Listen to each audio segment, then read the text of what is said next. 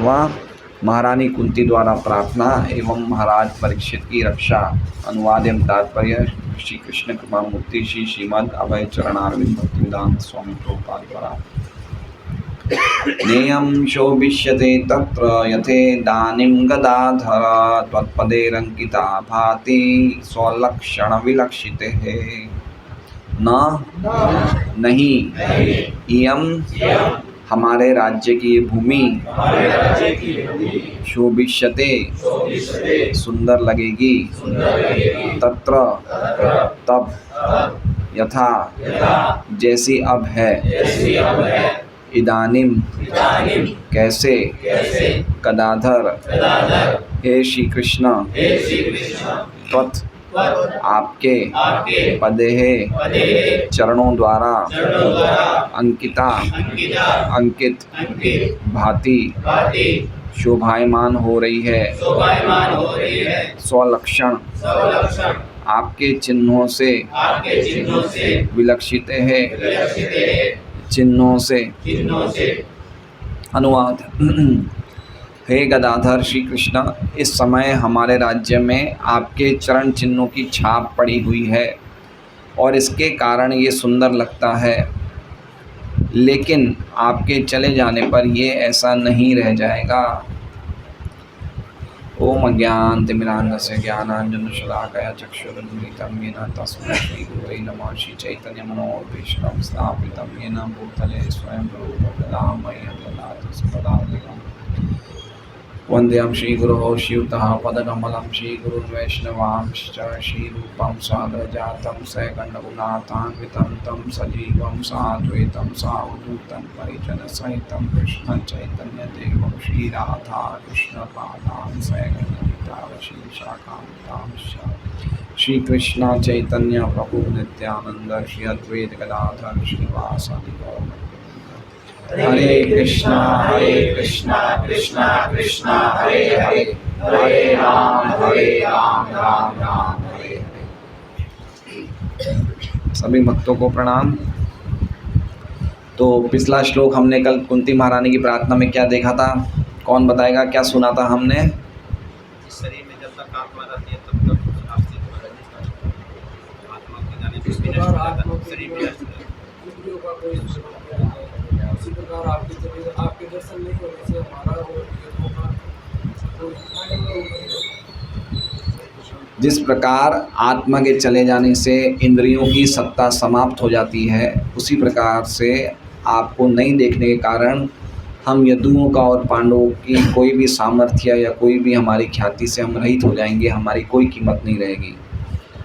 तो इस श्लोक में, आज के श्लोक में कुंती महारानी कह रही है कि इतना ही काफ़ी नहीं कि हमारी कोई कीमत नहीं रहेगी, लेकिन ये जगह भी सुंदर नहीं लगेगी आपके जाने से। जिस राज्य में हम राज्य कर रहे हैं, अगर आप चले गए तो ये राज्य भी सुंदर नहीं लगेगा।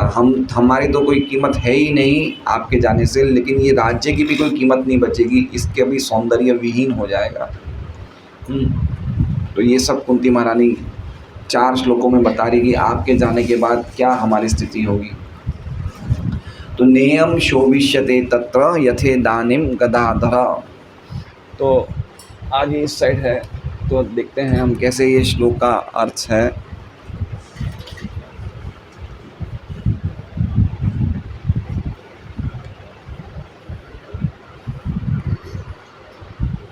तो ये देखिए गदाधर लिखा है।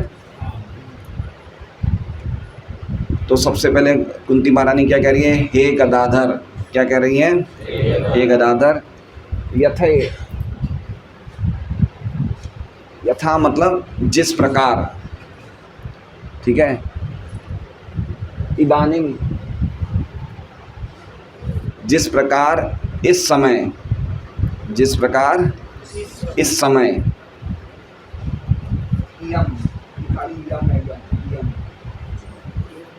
हमारे द्वारा पालित ये कुरु जांगल प्रदेश की भूमि, यम मतलब हस्तिनापुर, यम मतलब हम जिस पे राज्य कर रहे हैं, हमारे द्वारा पालित ये कुरु जांगल प्रदेश की भूमि, ठीक है। फिर उसके बाद स्वलक्षण, स्वलक्षण मतलब स्व मतलब आपके लक्षण, मतलब आपके लक्षण किस प्रकार है? आपके लक्षण तो लिखा है विलक्षित, असाधारण। विलक्षण मतलब असाधारण, तो विलक्षित मतलब आपके असाधारण ध्वज, अंकुश आदि चिन्हों युक्त। स्वलक्षण विलक्षित का अर्थ क्या हो गया? आपके असाधारण ध्वज, अंकुश चिन्हों युक्त। ठीक है, उसके बाद आ गया त्वत्। त्वत् मतलब आपके, पदेर मतलब चरणों द्वारा। ठीक है, अंकिता मतलब अंकित होने से, भांति शोभायमान हो रही है। ठीक है, तो अभी तक हमने क्या पढ़ा? मेरे पीछे बोलिए, हे गदाधर, जिस प्रकार इस समय हमारे द्वारा पालित ये कुरु जांगल प्रदेश की भूमि आपके असाधारण ध्वज, अंकुश आदि चिन्हों युक्त आपके चरणों द्वारा शोभायमान हो रही है। ठीक है, अब तब आपके चले जाने पर, तत्र मतलब तब, तत्र मतलब तब, तब आपके चले जाने पर, ठीक है, न मतलब नहीं, सुंदर लगेगी। ठीक है, हैं? न आ गया ना पहले, नहीं, तो शोभिष्यते मतलब नहीं सुंदर लगेगी। ठीक है, तो आप समझ गए कितना सुंदर श्लोक है कि हे गदाधर, जिस प्रकार इस समय हमारे द्वारा पालित ये कुरु जांगल प्रदेश की भूमि आपके असाधारण ध्वज, अंकुश आदि चिन्हों से युक्त आपके चरणों द्वारा अंकित शोभायमान लग रही है, तत्र तब आपके चले जाने पर ये सुंदर नहीं लगेगी। ठीक है, और इसको अगर हम लाइन टू लाइन ले तो वो भी समझ सकते हैं। नेयम, नेयम मतलब न, इयम मतलब हस्तिनापुर, शोभिष्यते मतलब सुंदर लगेगी। क्यों नहीं सुंदर लगेगी? तत्र, क्योंकि आप चले जाएंगे। तो अभी कैसी लग रही है? यथा इदानीम, जिस समय, जिस प्रकार इस समय, गदाधर, हे गदाधर, त्वत्पदेर अंकिता भाति, आपके चरणों द्वारा अंकित होने से सुंदर लग रही है। स्वलक्षण, कैसे हैं आपके चरण? स्वलक्षण, स्वलक्षण मतलब ये आपके ही लक्षण हैं। ये जो चरणों पे कुछ लक्षण हैं वो आपके ही हैं, किसी और के नहीं हैं। किस प्रकार के लक्षण हैं? विलक्षित है, विशेष लक्षण हैं। तो कौन कौन से लक्षण हैं भगवान के चरणों में? शंख है, चक्र है, गदा है, ध्वज है, ध्वजा है, अंकुश है, कमल है ना। तो इस प्रकार के अलग अलग चिन्ह हैं भगवान के चरणों में। तो वो चिन्हों से आप ये हस्तिनापुर की जो भूमि है वो चिन्ह उन भूमियों पे पड़ रहे हैं, भूमि पे पड़ रहे हैं, जिसके कारण सब कुछ शोभायमान लग रहा है। लेकिन जब आप चले जाएंगे तो ये जगह शोभायमान नहीं लगेगी। तो समझ गए आप? मैं फिर क्लास के बाद पूछूंगा, ये अनुवाद पूछूंगा। ठीक है ना? बहुत सुंदर अनुवाद है। हे गदाधर, आप लोग मेरे पीछे बोलिए, हे गदाधर, जिस प्रकार इस समय हमारे द्वारा पालित ये कुरु जांगल प्रदेश की भूमि आपके असाधारण ध्वज, अंकुश आदि चिन्हों युक्त आपके चरणों द्वारा अंकित होने से शोभायमान लग रही है, तब जब आप चले जाएंगे तो ये सुंदर नहीं लगेगी।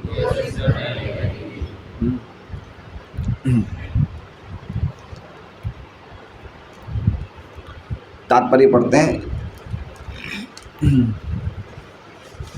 तात्पर्य, श्री भगवान के चरणों में कुछ विशिष्ट चिन्ह होते हैं जिनके कारण वे अन्य व्यक्तियों से भिन्न हैं। ठीक है, हमारे में और भगवान में क्या भिन्नता है?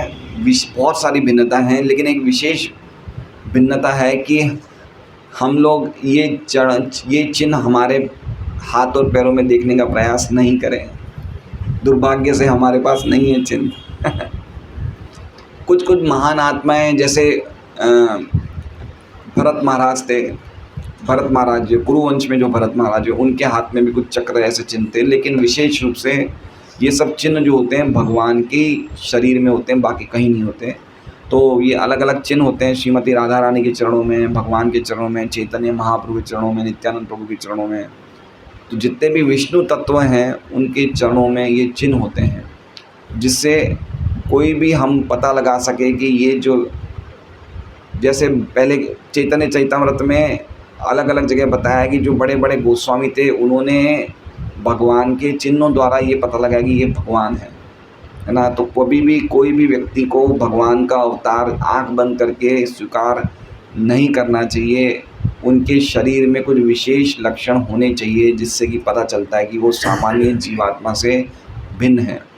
इसी प्रकार से प्रभुपाद जी कह रहे हैं कि श्री भगवान के चरणों में कुछ विशिष्ट चिन्ह होते हैं जिनके कारण वे अन्य व्यक्तियों से भिन्न हैं। तो हम देखते हैं श्री ब्रज में तो भगवान चप्पल नहीं पहनते थे, तो पूरे ब्रज में तो चिन्ह सब जगह दिखते थे और ब्रजवासी उन चिन्हों पे पैर नहीं रखते थे, उनको प्रिजर्व कर रखते थे कि उन पे पैर नहीं रखना है भगवान के उन चिन्हों पे।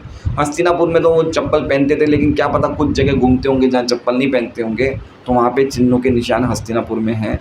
और ये चिन्ह इतने अद्भुत हैं कि अक्रूर जी जब भगवान को मथुरा से वृंदावन लेने जाते हैं तो अक्रूर जी रथ में यही चिंतन करते कि जब मैं भगवान के चिन्ह देखूंगा, चरण चिन्ह देखूंगा तो मैं पागल हो जाऊंगा, तो लोटपोट हो जाऊंगा। तो जब अक्रूर जी जैसे ही व्रज में पहुंचते हैं तो वहाँ की व्रज धूलि पे जब ये चिन्ह देखते तो उन पे गिर के लोटपोट होने लग जाते हैं। तो भगवान के चिन्ह जो हैं विशेष चिन्ह हैं और इन चिन्हों का हमें चिंतन करना चाहिए। जब हम मंगल आरती करते हैं तब हमें ये विचार करना चाहिए जो हम भगवान के चरण कमल देख रहे हैं ये कोई साधारण चरण कमल नहीं है, इनमें इस प्रकार के विशेष चिन्ह से ये लक्षित हैं। क्या कौन से हैं वो चिन्ह, तो थोड़े चिन्ह बताएं यहाँ पे। श्री भगवान के चरण तलवे में ध्वजा, वज्र, अंकुश, अंकुश मतलब पता है वो हाथी को चलाने वाला, कंट्रोल करना, अंकुश। छत्र, छत्र मतलब छतरी, कमल, चक्र आदि चिन्ह बने रहते हैं। जहाँ जहाँ भगवान चलते हैं वहाँ की नरम भूमि की रज पर ये चिन्ह अंकित होते हैं। अतएव जब भगवान श्री कृष्ण पांडवों के साथ रह रहे थे तो हस्तिनापुर की भूमि इस प्रकार से अंकित हो गई थी और इन शुभ चिन्हों के कारण पांडवों का राज्य फूल फल रहा था। कुंती देवी ने इन विशिष्ट लक्षणों की ओर संकेत किया और वे भगवान की अनुपस्थिति में दुर्भाग्य के प्रति भयातुर थी। मतलब कुंती देवी कैसे न कैसे अलग अलग प्रकार की बातें सोच रही थी, कैसे न कैसे हम कृष्ण को अपने पास रख लें, है ना। इसलिए कुंती देवी हर प्रकार से सोच रही किस प्रकार कि ये अशुभ दिखाई देगा, इसलिए हम भगवान को बोलें कि भाई आप रहिए यहाँ पे। तो अलग अलग प्रकार से कुंती देवी अलग अलग चीज़ें बता रही है। अब ये श्लोक का तात्पर्य यद्यपि छोटा है, लेकिन इसी श्लोक पे प्रभुपाद जी ने आज से 50 साल पहले एक बहुत सुंदर लेक्चर दिया है जो इसमें कुंती महारानी की बुक में है। कुंती महारानी की बुक में सब उनके द्वारा दिए हुए लेक्चर ही हैं। तात्पर्य पहले लिखा हुआ है, जैसे ये 22वीं प्रार्थना हम आज पढ़ रहे हैं तो उसमें सबसे पहले इसमें तात्पर्य लिखा है और तात्पर्य के बाद प्रभुपाद जी ने जो लेक्चर दिया है 1 मई 1973 में लॉस एंजलिस में, वो लेक्चर का पूरी उसमें बताया गया है। तो हम थोड़ा बहुत पढ़ने का प्रयास करेंगे। चाणक्य श्लोक में निम्नलिखित उत्तम श्लोक है। अब बता रहे हैं कि भगवान से जब कोई भी चीज़ संबंधित हो जाती है तो सुंदर लगने लग जाती है।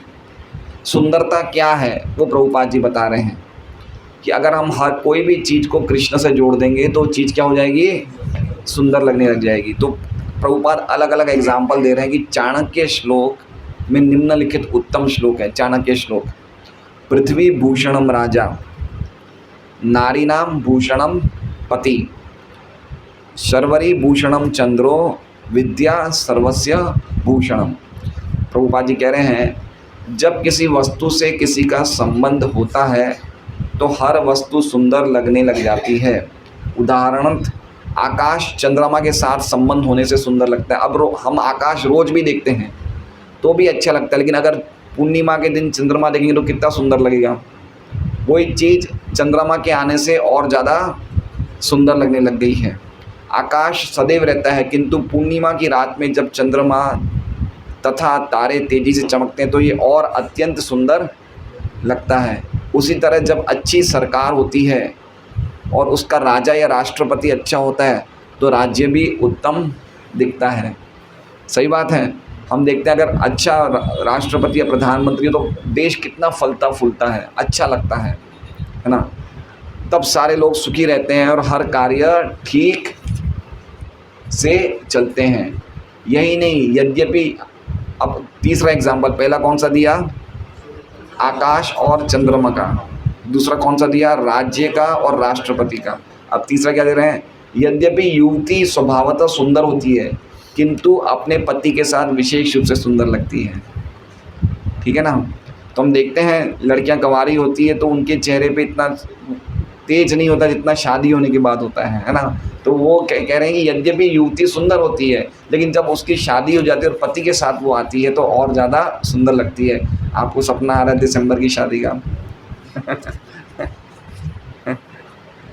तो ये अलग अलग बता रहे हैं। इसी तरह प्रत्येक वस्तु सुंदर दिखती है यदि उसमें कृष्णा उपस्थित रहते हैं। इसलिए कुंती देवी सोचती है जब तक कृष्णा हमारे साथ हैं तब तक हमारा राज्य तथा हमारी राजधानी हस्तिनापुर सुंदर है, किंतु जब कृष्णा उपस्थित नहीं रहेंगे तो हमारा राज्य सुंदर नहीं लगेगा। वे कहती हैं, हे कृष्णा, आप इस समय हमारे राज्य में विचरण कर रहे हैं और अपने पद चिन्हों से हर वस्तु को सुंदर बना रहे हैं।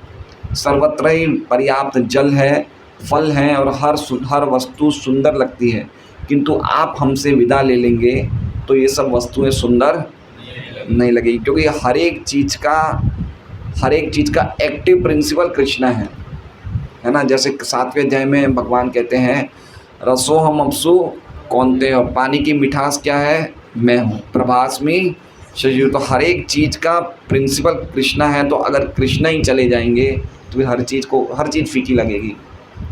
अब देखिए प्रभुपाद जी आगे क्या कह रहे हैं, ऐसा नहीं है कि जब कृष्ण वर्तमान थे और कुंती बोल रही थी तभी के लिए बात लागू होती है। हमारी सभ्यता की प्रगति के बावजूद यदि हम कृष्ण तथा कृष्ण भावनाओं को हर वस्तु के केंद्र में नहीं लाते तो हमारी सभ्यता कभी भी सुंदर नहीं बन पाएगी। मतलब प्रभुपाद जी कह रहे हैं कि ऐसा नहीं कि 5000 साल पहले ये बात लागू थी, आज की तारीख में भी अगर हम अपने जीवन में कृष्ण और कृष्ण भावनामृत का अभ्यास को नहीं अपनाएंगे तो हमारा जीवन भी सुंदर। और ये बात सही लग रही है आपको? हमारे जीवन में जब हम पहले हमारा जीवन कृष्ण के विहीन था, कृष्ण भावनामृत हमारे जीवन में नहीं था, तब हमारा जीवन सुंदर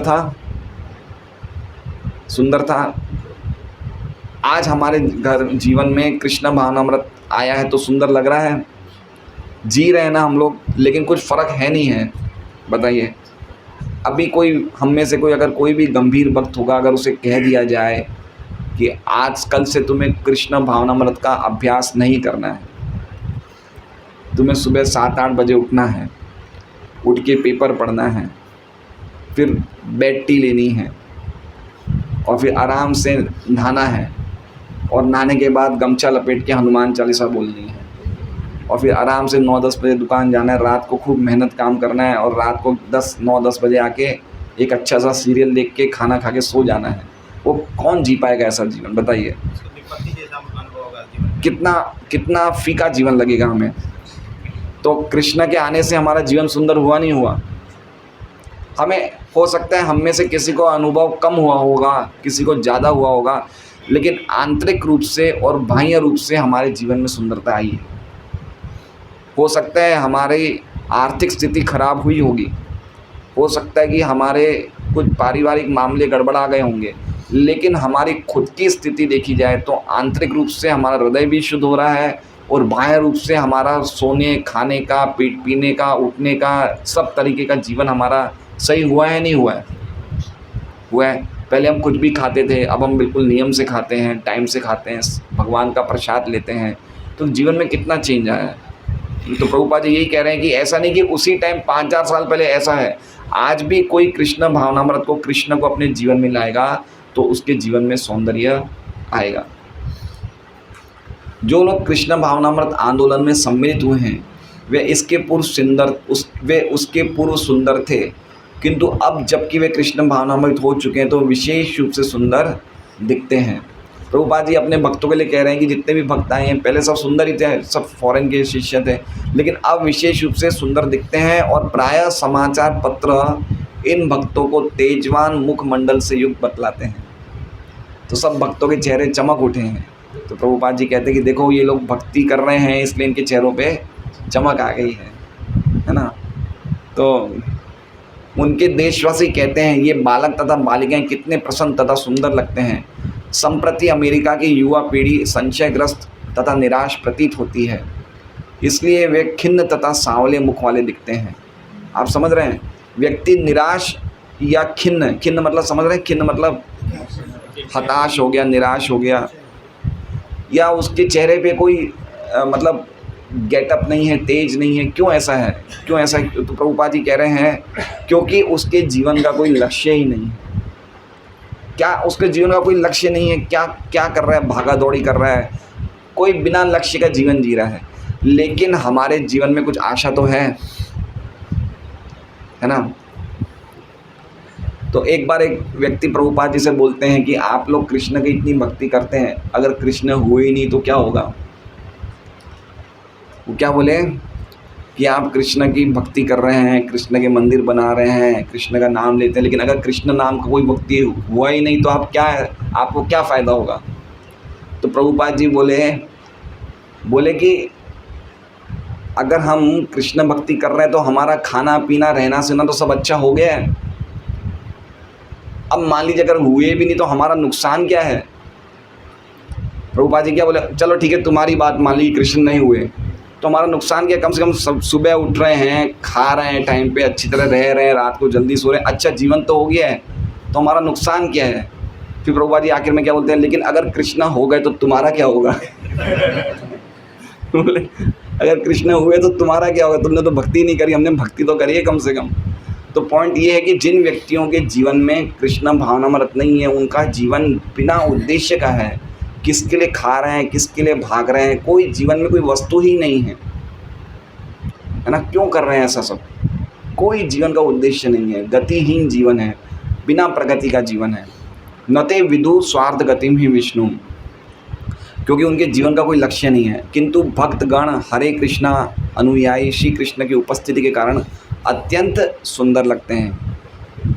इसलिए अब से 5000 वर्ष पूर्व पांडवों के काल में जो यथार्थ था वो अब भी है। श्री कृष्ण को केंद्र में करने से हर वस्तु सुंदर बन जाती है और कृष्ण किसी भी समय केंद्र बन सकते हैं। श्री कृष्ण तो सदैव उपस्थित रहते हैं, बस हमें उनको आमंत्रित करना है कि हे प्रभु आइए और केंद्र में रहिए। बस उदाहरणार्थ, जैसा कि पहले भी मैं कह चुका हूँ, शून्य का कोई मान नहीं होता है, शून्य का कोई मान नहीं होता, किंतु यदि उसके बगल में 1 लिख दे तो वो शून्य 10 बन जाता है। अतः कोई मनुष्य जो भी कर रहा हो उसे बंद नहीं करना है। हम कभी नहीं कहते हर भौतिक कार्य को रोक दो। अच्छा हो कि मनुष्य अपने कार्य में कृष्ण को सम्मिलित कर ले, तो हमारा जीवन क्या होगा? कीमत वाला हो जाएगा। हाँ, जो भी बात कृष्ण भावनामृत के विरुद्ध हो जाती है उसे हमें छोड़ना होगा। प्रभुपाद जी क्या कह रहे हैं कि यद्यपि हमें भौतिक कार्य बंद नहीं करने हैं, लेकिन जो भी हमारी कृष्ण भावनामृत प्रगति के विरोध है उसको हमें बंद करना पड़ेगा। इसलिए हमें मांसाहार नहीं बंद करना। ये क्या लिखा है? इसलिए हमें मांसाहार गलत प्रिंट हो गया, बंद नहीं करना चाहिए, वो नहीं बाद में लिखना चाहिए। हाँ, बंद करना चाहिए। हमें मांसाहार इसलिए बंद करना चाहिए क्योंकि ये कृष्ण भावनामृत की प्रगति के विरुद्ध है। कोई भी व्यक्ति पाप कर्म करते हुए कृष्ण भावनामृत में प्रगति नहीं कर सकता है। देखिए बात समझिए, कितनी इंपॉर्टेंट बात कर रहे हैं। प्रभुपाद जी कह रहे हैं कि ज़्यादातर हम लोग प्रगति क्यों नहीं करते हैं, क्योंकि हम भक्ति कर रहे हैं लेकिन साथ साथ में 4 नियमों का गंभीरता से पालन नहीं कर रहे। तो हमारी भक्ति में क्या है कि गंभीरता और प्रगति बहुत मंद मंद होती है। इसलिए 4 नियमों का जो पालन है इतनी गंभीरता से करना चाहिए कि हमें पता चले कि हमारी प्रगति हो रही है। प्रभुपाद जी उस टाइम इसलिए मांस के लिए ज़्यादा बोलते थे कि अमेरिका में उस टाइम प्रचार, तो अमेरिका में जब भक्त उस टाइम जितने भी लोग थे मांस के प्रति बहुत ज़्यादा, मांस, नशा, अवैध स्त्री संग, यही सब वहाँ अमेरिका में चलता था। इसलिए प्रभुपाद जी कह रहे हैं कोई भी व्यक्ति पाप कर्म करते हुए कृष्ण भावनामृत में प्रगति नहीं कर सकता। इसलिए बहुत ज़रूरी है 4 नियमों का पालन। बाहर का भोजन नहीं, बाहर का भोजन नहीं और 4 नियमों का पालन। भगवान श्री कृष्ण कहते हैं अहम त्वाम सर्व पापेभ्यो मोक्षयिष्यामि, मेरी शरण में आ जाओ और तुम्हें सभी प्रकारों के पापों से मोक्ष दिलाकर तुम्हारी रक्षा करूँगा। आगे प्रभुपाद जी कह रहे हैं हम में से हर व्यक्ति, अब ये बात तो प्रभुपाद जी ने बोला कि जानबूझ के पाप नहीं करना है, ठीक है। अब आगे क्या कह रहे हैं प्रभुपाद जी, हम में से हर व्यक्ति जाने अनजाने जन्म जन्मांतर पाप कर्म करता आ रहा है। मैं जानबूझकर किसी पशु की हत्या कर सकता हूँ जो निश्चय ही पापपूर्ण है, किंतु यदि मैं अनजाने में भी ऐसा करूँ तो भी क्या पाप है क्या ये? अगर कोई अनजाने में गलत काम करता तो पाप है क्या? किंतु यदि मैं अनजाने में भी ऐसा करूं तो भी वो पापपूर्ण है। सड़क पर चलते हुए हम तमाम चींटियों को जानते हुए मारते हैं। इसी तरह अपने अन्य सामान्य व्यवहारों में भोजन बनाते समय, जल पीते समय या मसाला कूटते हुए हम अनेक जीवों की हत्या करते हैं। अभी प्रभुपाद जी बता रहे कि 5 प्रकार के कर्म, पाप कर्म हमसे जाने अनजाने में होते ही हैं, इससे हम बच नहीं सकते हैं। पानी गर्म करते हुए, झाड़ू मारते हुए, भोजन बनाते टाइम, ये सब पाप होते हैं। पैरों से चलते टाइम झाड़ू, सब हम जाने अनजाने में होते हैं। जल पीते, मसाला, हम अनेक जीवों की हत्या करते हैं। जब तक हम कृष्ण भावनामय नहीं हो लेते, हम इन अनजानों में होने वाले पाप कृत्यों के लिए दंडित हो सकते हैं। समझिए आप मेरे को, मतलब हमारा कृष्ण हमारे जीवन में इसलिए भी आवश्यक है कि अगर हम जाने अनजाने में कोई गलत काम कर रहे हैं तो कम से कम उससे बचे हुए रहें। इसलिए पंच यज्ञ हर एक गृहस्थ को करना चाहिए। वैदिक सिस्टम में तो 5 महायज्ञ हर गृहस्थ को रोज करने चाहिए, लेकिन अभी वो सिस्टम प्राय लोग नहीं करते हैं। इसलिए महामंत्र का जप तो करना ही चाहिए। मतलब पितरों का यज्ञ, अलग अलग यज्ञ, लोगों का यज्ञ, पितरों का, ब्राह्मणों का यज्ञ, देवताओं का यज्ञ, ऐसे 5 प्रकार के यज्ञ जो हर रोज करने चाहिए। लेकिन उसके एब्सेंस में ये महामंत्र करते हैं तो फिर सब यज्ञ अपने आप हो जाते हैं। यदि कोई बच्चा अनजाने में आग छू लेता है तो क्या आग उसे क्षमा कर देगी और उसे जलाएगी? नहीं। प्रकृति का नियम इतना कठोर है कि क्षमा का प्रश्न ही नहीं उठता। यहाँ तक कि सामान्य कानून में भी अज्ञान कोई बहाना नहीं होता। यदि हम कचहरी जाकर कहें मैं नहीं जानता था कि कार्य अपराधपूर्ण है, तो इस दलील का ये अर्थ नहीं कि हमें क्षमा कर दिया जाएगा। मतलब बता कितना इम्पोर्टेंट है कि हम जाने अनजाने में भी गलत काम नहीं करें, है ना। जैसे मान लीजिए कि आजकल तो वो कैमरे में फ़ोटो आ जाते कि तुम बिना बेल्ट के चला रहे थे, तो हम नहीं कुछ बोल सकते कि भाई नहीं मैं तो नहीं मानता, आपको दंड देना ही पड़ेगा। तो उसी प्रकार से भगवान के ऐसे प्रकृति के नियम है कि अगर आप गलत काम करते हो तो आपको दंडित होना पड़ेगा। इस तरह प्रकृति के नियमों के उल्लंघन के लिए अज्ञान कोई बहाना नहीं है। यदि हम पापमय जीवन के फलों से छुटकारा चाहते हैं तो हमें कृष्ण भावनामृत होना चाहिए, क्योंकि तब श्री कृष्ण हमें सारे पापों के फलों से मुक्त कर देंगे। इसलिए संस्तुति की जाती है कीर्तनीय सदा हरि, सदैव हरे कृष्णा कृष्णा कृष्णा हरे हरे, हरे राम राम राम हरे हरे का कीर्तन करना चाहिए, जिससे श्री कृष्ण हमें बचा सके। मतलब ये बताया कि हमें अपने जीवन को सुंदर बनाने के लिए पापों से दूर रहना चाहिए, और पापों के दूर रहने के लिए हमें कृष्ण को जीवन में लाना चाहिए। ये बात बता रहे हैं। हमें सदैव कृष्ण को अपने मन में रखना चाहिए, क्योंकि कृष्ण सूर्य के समान है। हमारी पत्रिका भगवत दर्शन का यही, बैक टू गॉडेड का यही आदर्श वाक्य है, कृष्ण सूर्य सम माया है अंधकार, जहाँ कृष्ण तहाँ नहीं मायार अधिकार।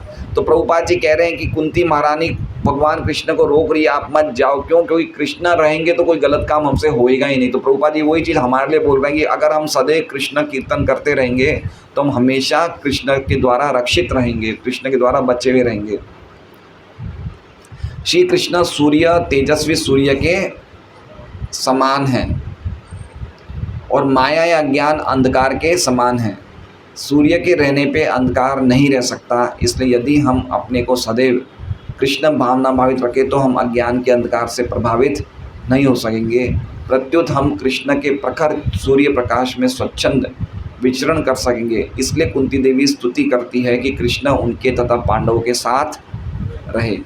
अब देखिए, अब प्रभुपाद जी जो बोल रहे हैं ना, वो ये बता रहे हैं कि जरूरी नहीं है कि कृष्ण सामने होंगे तो ही वो हमारे साथ रहेंगे। प्रभुपाद जी बता रहे हैं, क्या कह रहे हैं? वस्तुतः श्री कृष्ण पांडवों को छोड़ नहीं रहे थे, जिस तरह कि वे कभी वृंदावन को भी नहीं छोड़ते। शास्त्र में कहा गया है, वृंदावनम परित्यज्य ना पदम एकम गच्छति। श्री कृष्ण वृंदावन से बाहर एक पग भी नहीं रखते, वे वृंदावन से इतने अनुरक्त हैं। तो ये कैसे हो सका कि कृष्ण वृंदावन छोड़ के मथुरा चले गए और फिर दूरस्थ हस्तिनापुर चले गए और वर्षों तक लौटे नहीं? तो एक तरफ शास्त्र में ये कहा गया कि कृष्ण ने कभी वृंदावन को छोड़ा नहीं, और दूसरी तरफ ये बात आती है कि कृष्ण मथुरा भी गए और हस्तिनापुर भी गए, द्वारका भी गए। तो इसको कैसे समझा जाए? तो प्रभुपाद जी कहते हैं कि वस्तुतः कृष्ण गए नहीं, क्योंकि कृष्ण के जाने के बाद वृंदावन के सारे वासी सदैव उनके विषय में सोचते तथा रोते रहे। माता यशोदा, नंद महाराज, राधा रानी तथा सारी गोपियाँ, गोपों, बछड़ों तथा ग्वाल बालों के पास एकमात्र कृष्ण के विषय में सोचना तथा विलाप करना बचा था, और इस तरह उन्हें कृष्ण की उपस्थिति प्रत्युत हो रही थी। मतलब समझे, मतलब अगर हम कृष्ण का उनके विरह में ज़्यादा सोच रहे हैं, ज़्यादा रिमेंबर कर रहे हैं, ज़्यादा स्मरण कर रहे हैं, तो वो वहीं पे ही हैं। और आगे प्रभुपाद जी कहते हैं कि क्योंकि कृष्ण की उपस्थिति उनसे विलग होकर अधिक प्रबलता से अनुभव की जा सकती है। समझ रहे हैं? कृष्ण के सामने जो हम उनके साथ रहेंगे तो इतनी उपस्थिति नहीं महसूस होगी जितनी उनके जाने पे उनकी स्मरण करने से उपस्थिति महसूस होती है। ये चैतन्य महाप्रभु का दर्शन है। इसका नाम क्या हम आगे पढ़ेंगे। विरह में श्री कृष्ण से प्रेम करना, यही चैतन्य महाप्रभु की शिक्षा है। तो हमारे भी स्थिति क्या है? कृष्ण से विरह में कृष्ण के विरह में उनकी सेवा करना। और इस सेवा का नाम क्या है? इसका क्या नाम है? टेक्निकल नेम क्या है? कृष्ण के विरह में उनकी सेवा है विप्रलंब सेवा। विप्रलंब सेवा मतलब उनके अभी हमारे बीच में कृष्ण नहीं है, तो हम सुबह मंगल आरती कर रहे हैं, जप कर रहे हैं, प्रचार कर रहे हैं, भागवत पढ़ रहे हैं, ये सब क्या कर रहे हैं? उनके विरह में उनकी सेवा कर रहे हैं। तो ये सेवा बहुत ही स्ट्रांग होती है। ये जो स्मरण होता है, ये कृष्ण से बहुत प्रसन्न होते हैं। इसलिए कृष्ण जब भी वृंदावन से जाने के बाद भी वो हमेशा वृंदावन में क्यों रहे? क्योंकि गोपियों ने जो उनका स्मरण किया, जो अलग अलग भक्तों ने उनका, वृंदावन के भक्तों ने स्मरण किया, वो कृष्ण ने बहुत अप्रिशिएट की मेरे जाने के बाद। तो उसी प्रकार से अभी जो हम भक्ति में कृष्ण का स्मरण कर रहे हैं, वो बहुत ही अद्भुत और शक्तिशाली सेवा है भगवान की, और उसमें हमें और ज़्यादा प्रगति करनी चाहिए। चैतन्य महाप्रभु कहते हैं, शून्यायतम जगत सर्वम गोविंद विरहेण में। श्री चैतन्य महाप्रभु सोचते हैं कि गोविंद या कृष्ण के बिना सब शून्य है, सब शून्य था, किंतु कृष्ण भावनामृत उपस्थित था। जब हम हर वस्तु को शून्य देखते हैं किंतु एकमात्र कृष्ण भावनामृत से युक्त रहते हैं, तो समझिए कि हमें सर्वोच्च सिद्धि प्राप्त हो गई। हर एक जगह हम कृष्ण को ही देखते हैं, कृष्ण के अलावा कोई चीज़ को नहीं देखते, तो इसका मतलब हम लोग सबसे ऊंची स्थिति में हैं। इसलिए गोपियाँ इतनी महान हैं। इस सिद्धि को पा लेने के बाद वे कृष्ण को क्षण भर भी भुला नहीं पाई। जब कृष्ण अपनी गाय तथा बछड़ों के साथ जंगल जाते तो गोपियों के मन उद्विग्न रहते।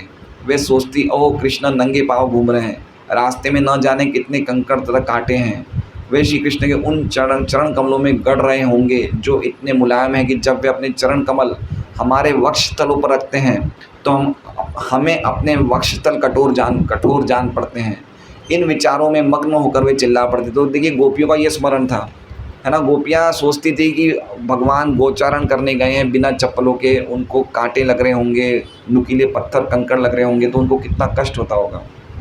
तो वो भगवान पास में नहीं है, लेकिन उनका स्मरण करने से उनकी कृष्ण की उपस्थिति और ज़्यादा उनको महसूस हुई। इन विचारों में मग्न होकर वे चिल्ला पड़ती। गोपियाँ संध्या समय कृष्ण को वापस आते देखने के लिए इतने आतुर रहती थी कि वे रास्ते में खड़ी रहती और श्री कृष्ण को अपने बछड़ों तथा गायों समेत लौटते हुए देखने के लिए प्रतीक्षा करती रहती। यही है कृष्ण भावनामृत। पॉइंट ये प्रभुपाद जी कह रहे हैं कि अगर हमारे बीच में कृष्ण नहीं है तो कृष्ण का स्मरण करके हम कृष्ण को हमेशा अपने बीच में रख सकते हैं, जिससे कि हमारा जीवन सुंदर बना रहेगा। ठीक है। जब कोई भक्त कृष्ण के विचार में उत्कटता पूर्वक मग्न रहता है तो कृष्ण भक्त से दूर नहीं रह सकते। यहाँ पर कुंती देवी ये सोचकर कि कृष्ण उपस्थित नहीं रहेंगे अत्यधिक चिंतित है, किंतु कृष्ण की शारीरिक अनुपस्थिति का वास्तविक प्रभाव ये पड़ता है कि वे भक्त के मन के भीतर अधिक उत्कटता से उपस्थित रहते। समझ रहे बात को। कृष्ण शारीरिक रूप से उपस्थित नहीं है, लेकिन जब कोई भक्त अपने हृदय में कृष्ण का चिंतन करता है तो कृष्ण और तेजी से उनके साथ उपस्थित रहते हैं। इसलिए चैतन्य महाप्रभु ने अपने वास्तविक जीवन के उदाहरण से विप्रलंब सेवा की, विरह में कृष्ण की सेवा की शिक्षा दी। उनकी आंखों से आंसुओं की झड़ी लगी रहती, क्योंकि कृष्ण के अभाव में उन्हें सब कुछ रिक्त लगता। अब देखिए प्रभुपाद जी दो प्रकार की बता रहे हैं। कृष्ण से मिलन की दो अवस्थाएं। कितनी अवस्थाएं?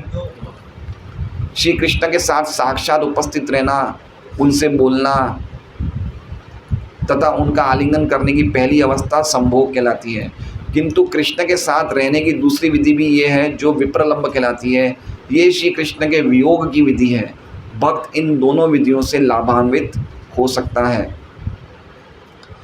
अब भौतिक जगत में होने से हम कृष्ण का प्रत्यक्ष दर्शन नहीं कर सकते, तो भी हम उन्हें अप्रत्यक्ष रूप से देख सकते हैं। उदाहरणार्थ अब प्रभुपाद जी एग्जाम्पल दे रहे हैं कि किस प्रकार से अभी हम भौतिक जगत में हैं तो प्रत्यक्ष रूप से तो देख नहीं सकते हैं, तो अप्रत्यक्ष रूप से कैसे देखना है उसका उदाहरण प्रभुपाद जी दे रहे हैं। क्या दे रहे हैं? यदि कोई आध्यात्मिक जीवन में बहुत ज़्यादा प्रगतिशील है या प्रगति कर रहा है तो उसे प्रशांत महासागर को देखकर तुरंत कृष्ण का स्मरण हो सकता है। अब हम हर जगह तो कृष्ण को नहीं देखेंगे, तो हम क्या देखते हैं? प्रशांत महासागर देखते हैं। तो प्रशांत महासागर देख के भी हमें कृष्ण का स्मरण करना चाहिए। कैसे करना चाहिए? प्रभुपाद जी कहते हैं ये ध्यान कहलाता है। वो सोच सकता है कि प्रशांत महासागर अनेक विशाल तरंगों से युक्त विस्तृत जल राशि है और मैं इससे कुछ गज दूरी पर खड़ा हूँ, तो भी आश्वस्त हूँ कि मैं सुरक्षित हूँ। भले ही ये सागर कितना शक्तिशाली क्यों ना हो और इसकी तरंगे कितनी भयानक क्यों ना हो, मुझे विश्वास है कि ये अपनी सीमा से आगे नहीं जा सकता। हम देखते हैं सागर समुद्र के पास खड़े हैं, समुद्र का पानी कितना है? विशाल है, और हम कितने छोटे हैं, लेकिन हमें पता है कि इस सीमा से आगे पानी नहीं आएगा, हमें कुछ नहीं होगा। कभी कभी तो हम पानी पैर भी आगे डालते हैं, थोड़ा सा आगे अंदर लहरों में भी जाते हैं, लेकिन हमें पता है कि हम यहाँ खड़े हैं तो समुद्र से कुछ नहीं हुआ। क्यों? प्रभुपाद जी कहते हैं क्योंकि मुझे विश्वास है कि ये अपनी सीमा से आगे नहीं जा सकता। ये सब कैसे घटित होता है? कृष्ण के आदेश से। तो यहाँ में कृष्ण का स्मरण हुआ नहीं हुआ? तो प्रभुपाद जी कह रहे हैं ऐसे स्मरण करिए। जरूरी नहीं है कि आपको कृष्ण का रूप हर जगह दिखाई देगा, लेकिन अगर आप कृष्ण भक्ति का अभ्यास अच्छी तरह कर रहे हैं तो प्रशांत महासागर को देख के भी, अब कोई व्यक्ति प्रशांत महासागर में क्यों जाता है? भाई मौज मस्ती करने जाता है, कुछ वो क्या कहते हैं अलग अलग स्पोर्ट्स खेलने जाता है या कोई भी करने जाता हो, लेकिन भक्त भी देख रहा है, एक अभक्त भी देख रहा है, लेकिन दोनों का दर्शन अलग अलग है नहीं है। भक्त ये देख रहा है कि कृष्ण के आदेश से, कृष्ण आदेश देते हैं, प्रिय प्रशांत महासागर, तुम कितने ही विशाल एवं शक्तिशाली क्यों ना हो, किंतु तुम इस रेखा से आगे नहीं जा सकते। इस तरह मनुष्य तुरंत ही श्री कृष्ण या ईश्वर का स्मरण कर सकता है, जो इतने शक्तिमान हैं कि प्रशांत महासागर तक उनके आदेश का पालन करता है। इस तरह मनुष्य कृष्ण के बारे में सोच सकता है, और यही है कृष्ण भावनामृत। कृष्ण भावना मतलब हमारी हर एक भावनाओं में कृष्ण का होना। ठीक है, प्रभुपाद जी ऐसा नहीं बोले कि आप 24 घंटे बस मंदिर के पास बैठ जाइए जब, ऐसा नहीं। प्रभुपाद जी ने बोला कि आप कुछ कार्य कर रहे हैं, कहीं भी कार्य कर रहे हैं, आपके भावनाओं में कृष्ण चलने चाहिए। ठीक है, इस तरह सूर्योदय देखकर तुरंत कृष्ण का स्मरण किया जा सकता है, क्योंकि भगवद गीता 7.8 में भगवान कहते हैं प्रभास्मि शशि सूर्यो, मैं सूर्य तथा चंद्रमा की चमक हूँ। यदि ये सीख लिया जाए तो कृष्ण को कैसे देखना चाहिए, तो मनुष्य उन्हें सूर्य की चमक में भी देख सकता है। हमारे विज्ञानी सूर्य की सृष्टि नहीं कर पाए, वे बातें चाहे कि जितनी बनाए, किंतु ये जानना उनकी शक्ति के बाहर है कि सूर्य वास्तव में है क्या। किंतु वेदांत सूत्र का कथन है शास्त्रों योनित्वात्, शास्त्र के माध्यम से हर चीज़ जानी जा सकती है। उदाहरण, यदि कोई व्यक्ति शास्त्र का अध्ययन करे तो ये जान सकता है कि सूर्य क्या है, क्योंकि ब्रह्म संहिता में सूर्य का वर्णन हुआ है ब्रह्म संहिता में क्या लिखा है, यह चक्षुरेश सविता सकल गृहाणाम राजा समस्त सुरमूर्ति अशेष तेजा यस्याग्नया ब्रह्मदि समृत काल चक्रो गोविंदम आदि पुरुषम हम भजामि। इस श्लोक में सूर्य को सारे ग्रहों की आँख कहा गया है, और यदि कोई इस एक श्लोक का ध्यान करे तो समझ सकता है कि ये यथार्थ है, क्योंकि रात्रि में सूर्योदय से पूर्व कुछ भी नहीं दिखता। सूर्य को भगवान की आँख के रूप में भी कहा गया है, उनकी एक आँख सूर्य है और चंद्रमा दूसरी आँख है। इसलिए उपनिषदों में कहा गया है कि जब कृष्ण देखते हैं तभी हम देख सकते हैं। आप समझ रहे हैं बात को। सबसे पहले कोई वस्तु को हम देख रहे हैं तो कौन देख रहा है, पहले कृष्ण देख रहे हैं तो ही हम देख रहे हैं। ये दूसरे स्कंद में लिखा है, पहले कृष्ण बोलेंगे तो ही हम बोल सकते हैं, पहले कृष्ण सुनेंगे तो ही हम सुन सकते हैं, पहले कृष्ण चखेंगे तो ही हम चख सकते हैं। ये सब दूसरे स्कंद में भागवतम में लिखा है।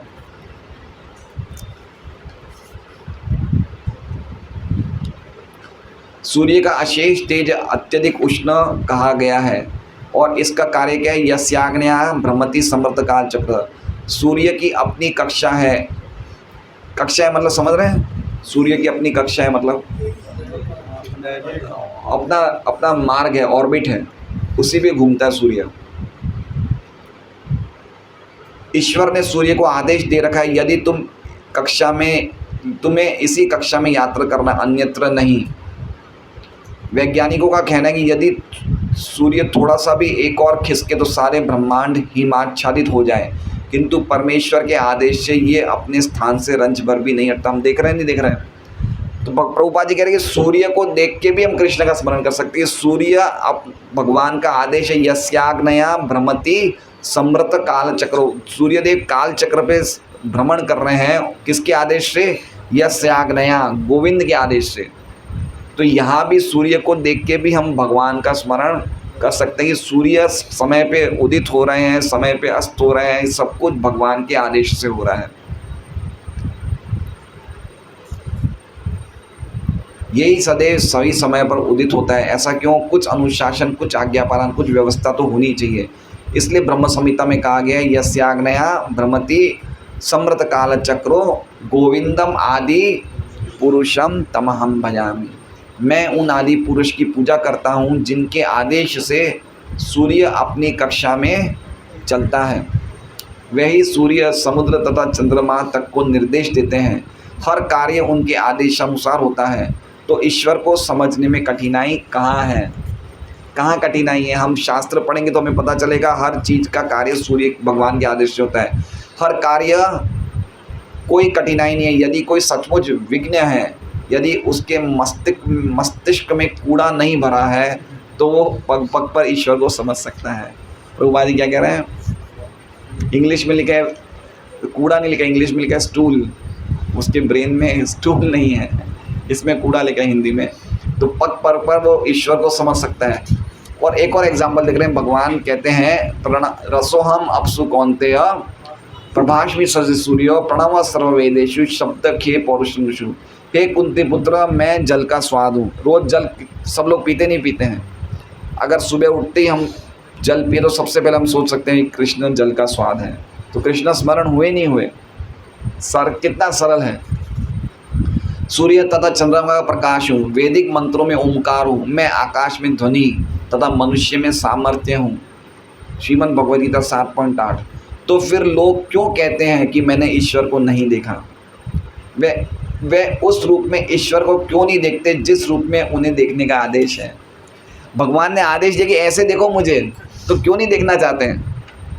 भगवान थोड़ी कह रहे हैं भाई तुम कोई बहुत ऊंची जगह पे जाके मुझे, भगवान कह रहे हैं तुम रोज़ अपने जीवन में देख सकते हो। हम सूर्य चंद्रमा रोज़ देखते हैं, पानी रोज़ पीते हैं, ओमकार का उच्चारण करते हैं, आवाज़ आकाश में अलग अलग प्रकार की ध्वनि नहीं सुनते हैं। तो ये सब मेरा ही तो मैं ही तो हूँ, और तो ऐसे क्यों नहीं देखते? प्रभुपाद जी कह रहे हैं जिस रूप में उन्हें देखने का आदेश है। वे अपनी विधि क्यों गढ़ते हैं? अपनी मन मानक ढंग से नई विधि क्यों बना रहे हैं लोग? प्रभुपाद जी कह रहे हैं कोई मनुष्य अपनी विधि से ईश्वर को नहीं देख सकता, ऐसा संभव नहीं। संप्रति तथाकथित दार्शनिक तथा विज्ञानी अपने अपने ढंग से ईश्वर को देखने के लिए प्रयत्नशील है, किंतु ऐसा संभव नहीं है। ईश्वर को ईश्वर की विधि से देखना होगा, तभी कोई उन्हें देख सकता है। यदि मैं संयुक्त, अब प्रभुपाद जी फिर एक एग्जाम्पल दे रहे हैं, यदि मैं संयुक्त राज्य के राष्ट्रपति से भेंट करना चाहूँ तो क्या मैं अपने ढंग से मिल सकता हूँ? मुझे उनके सचिव से समय निर्धारित करना होगा। एक ही पेज है, पढ़ लें एक पेज। लेक्चर 28-26 से 25 मिनट का लेक्चर है, बहुत अच्छा लेक्चर, लेकिन इंग्लिश में है। उसके सचिव से समय निर्धारित करना होगा और अन्य उपयुक्त तैयारियां करनी होगी। यद्यपि सामान्य व्यक्ति की तुलना में ईश्वर इतने महान हैं, किंतु मूल लोग ये मानते हैं कि मनुष्य अपने ढंग से भगवान को देख सकता है। वे कहते हैं कि आप चाहे जितने ढंगों का आविष्कार कर लें, वे सब के सब प्रामाणिक हैं। क्या है इसका? यथोपत तथोपत, है ना। मॉडर्न चीज़ है कि जो आप जिस हिसाब से देखना चाहें देखो, भगवान को कोई भी तरीके से देख सकते हो। लेकिन ये प्रभुपाद जी कह रहे हैं गलत है। ये तो नीरा मूढ़ता है। ये संसार मूर्खों तथा मूढ़ों से भरी हुई है। अतएव कृष्ण भावनामृत एक अस्पष्ट विचार बन चुका है। अन्यथा यदि कोई ईश्वर को देखना चाहता है, यदि वो चाहता है कि ईश्वर उपस्थित हो जाए, जैसा कि कुंती देवी कह रही है, तो मनुष्य भगवान को सदैव अपने हृदय के भीतर रख सकता है। हमें कृष्ण भावनामृत में, प्रभुपाद जी हमारे लिए क्या उद्देश्य वो दे रहे हैं, हमें कृष्ण भावनामृत में अपना मन तथा इंद्रियां लगानी पड़ती हैं, जैसा कि महाराज अम्बरीश ने किया था। सवय मनः कृष्ण पदार विंदयोर वचांसी वैकुंठ गुणानु वर्णने। श्रीमद् भागवतम 9.4.18। सर्वप्रथम हमें अपना मन कृष्ण के चरण कमलों पर स्थिर करना चाहिए, क्योंकि मन समस्त ऐन्द्रिक कार्यों का केंद्र है। ऐन्द्रिक मतलब पता है ऐन्द्रिक मतलब क्या होता है? इंद्रियों के कार्यों का केंद्र क्या है? मन है। सबसे पहले मन को लगाना चाहिए। यदि मन अनुपस्थित होता है तो आँख होते हुए भी हम देख ना पाते और कान होते भी हम सुन ना पाते। समझ रहे हैं बात को? अगर मन अनुपस्थित है तो आँख होते हुए भी हम देख नहीं पाएंगे और कान होते हुए भी हम नहीं सुन नहीं पाएंगे। कभी हमने देखा है कि अगर हम लोग प्रसाद ले रहे हैं और अचानक कोई हमारे व्यापारी का फ़ोन आया, वो कुछ नुकसान हो गया है, कुछ हो गया, तो हम इतने टेंशन में बात करते हैं कि भोजन का स्वाद नहीं ले पाते। होता है ऐसा कभी? क्यों? क्योंकि मन किन बातों में चला गया है? उन बातों में चला गया। तो हम भोजन खा रहे हैं, इंद्रियां खा रही है भोजन, फिर भी स्वाद नहीं आ रहा है। क्यों? क्योंकि मन की अनुपस्थिति है। तो इसलिए प्रभुपाद जी कह रहे हैं कि सबसे पहले मन को कृष्ण में लगाना चाहिए। तो जब लोग हरे कृष्णा बोलते हैं, हरे कृष्णा, तो मन क्या कर रहा है? सुन रहा है। तो मन सुन रहा है मतलब मन कृष्ण के चरणों में लगा हुआ है। कृष्ण का नाम, कृष्ण का रूप, कृष्ण के चरण सब एक ही है। इसलिए सवय मन कृष्ण पदार विंद, और ये चीज़ हम भी अपना सकते हैं अगर कृष्ण का नाम हम ढंग से सुने तो। इसलिए मन को 11वीं इंद्री कहा गया है। इंद्रियां 10 है, 5 कर्मेंद्रियां, 5 ज्ञानेंद्रियां। श्रीमद् भगवद गीता में 3.42 में कहा गया है, इंद्रियाणि प्राणियाहुर इंद्रियभ्य परम मनसस्तु परा बुद्धिर यो बुद्धे परतस्तु स। कर्मेंद्रियां जड़ पदार्थ की अपेक्षा श्रेष्ठ है। समझ रहे हैं? जड़ पदार्थ से ज़्यादा अच्छा क्या है? कर्मेंद्रियां। और कर्मेंद्रिय से बढ़कर कौन है? मन। बुद्धि मन से भी बड़ी है और आत्मा बुद्धि से भी बढ़कर है। इस श्लोक में भगवान कृष्ण बतलाते हैं कि यद्यपि हम इंद्रियों को प्रधान मानते हैं, किंतु इनसे भी बढ़कर मन है, मन से बढ़कर बुद्धि है और बुद्धि से बढ़कर आत्मा है। यदि हम मन की गति को भी ना समझ सकें तो फिर आत्मा के अस्तित्व को कैसे महत्व दे सकते हैं। मन के परे बुद्धि है और चिंतन द्वारा मनुष्य अधिक से अधिक भौतिक स्तर तक पहुंच सकता है, किंतु आत्मदाता ईश्वर को समझने के लिए मनुष्य को इस भौतिक स्तर से ऊपर जाना होगा। हर वस्तु को समझ पाना संभव है, किंतु हमें सही स्तोत्र से ज्ञान प्राप्त करना होगा। इसलिए वैदिक आदेश है, तद विज्ञानार्थम स गुरुम एवाभिगच्छेत् स्मित पाणि श्रोत्रियम ब्रह्मनिष्ठम। यदि सचमुच कोई व्यक्ति दिव्य विषय को जानने का इच्छुक हो तो उसे प्रामाणिक गुरु के पास जाना चाहिए। मुंडक उपनिषद 1.2.12। तो ये श्लोक प्रभुपाद जी का एक पूरा लेक्चर हमने सुन लिया। हरे कृष्णा। तो मेन बात प्रभुपाद जी ये कह रहे हैं कि हमें कृष्ण को अपने जीवन में लाके अपने जीवन को सुंदर बनाना चाहिए। श्रीमद् भागवतम की जय। वांछा कल्पतरुभ्यश्च कृपा सिंधुभ्यश्च पतितानां पावनेभ्यो